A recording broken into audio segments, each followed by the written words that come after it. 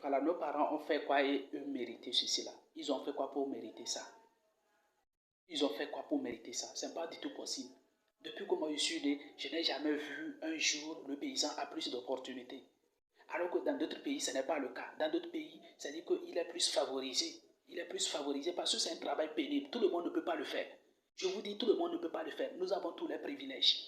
Il y a certains qui se prennent pour des intellectuels. Je vous dis que quand vous vous rendez dans le village, vous ne pouvez pas faire le travail là. Alors moi, je suis par exemple l'enfant d'un paysan. Je suis l'enfant d'un paysan.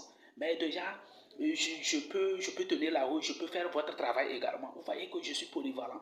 Mais vous, c'est-à-dire que vous ne pouvez pas exercer ces travaux dans les campagnes et tout ça là. Vous devez penser à cela. Et effectivement, vous avez raison parce que du moment où vous ne savez rien du domaine, c'est-à-dire que c'est comme ça. Vous n'avez jamais connu ça. Donc c'est pourquoi vous pensez que ça aussi c'est si facile comme les affaires que nous faisons dans les villes et autres, tout ça là. C'est pas comme ça. Le travail de là-haut, le travail de là-bas, c'est pénible, supplément. C'est pénible, c'est difficile. Je vous dis que c'est compliqué. C'est compliqué. C'est pourquoi vous voyez certains villageois, ils quittent des villages maintenant pour se rendre dans les villes. Pourtant, ils n'ont pas appris un métier, ils n'ont pas un travail, un métier qualifié. Donc, quand ils viennent maintenant, ils deviennent automatiquement des brigands. Et c'est-à-dire qu'ils deviennent maintenant des voleurs, ils deviennent des. Tout ce que vous pouvez penser. Donc, vous voyez que c'est ça que vous voulez maintenant. Donc, tout ce que vous êtes en train de faire, c'est ça que vous voulez maintenant.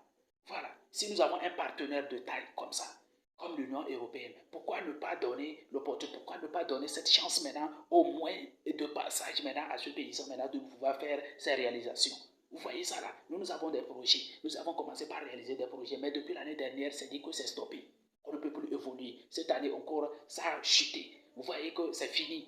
On est parti à l'eau. On est parti. Vous ne voulez jamais le bien d'un paysan. Vous ne voulez jamais le voir la tête haute. Vous ne voulez jamais voir un paysan la tête haute. C'est ça que je suis en train de voir. Voilà.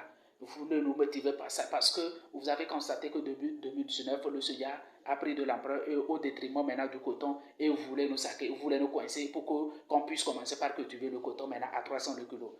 Que vous savez très bien, vous ne savez même pas. C'est-à-dire que la procédure de la semence à la récolte de coton, c'est-à-dire que c'est quelque chose que je ne peux même pas décrire ici.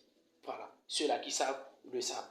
Ils savent ce que je suis en train de dire. C'est pas facile. Mais le soja, c'est un peu moins. Voilà. Quand on sème, on sarcle, c'est-à-dire qu'après tout, on récolte et puis c'est comme ça. Voilà. Voilà. Donc, bon, je sais pas. Vous voulez qu'on fasse quoi? Vous voulez qu'on fasse quoi au juste?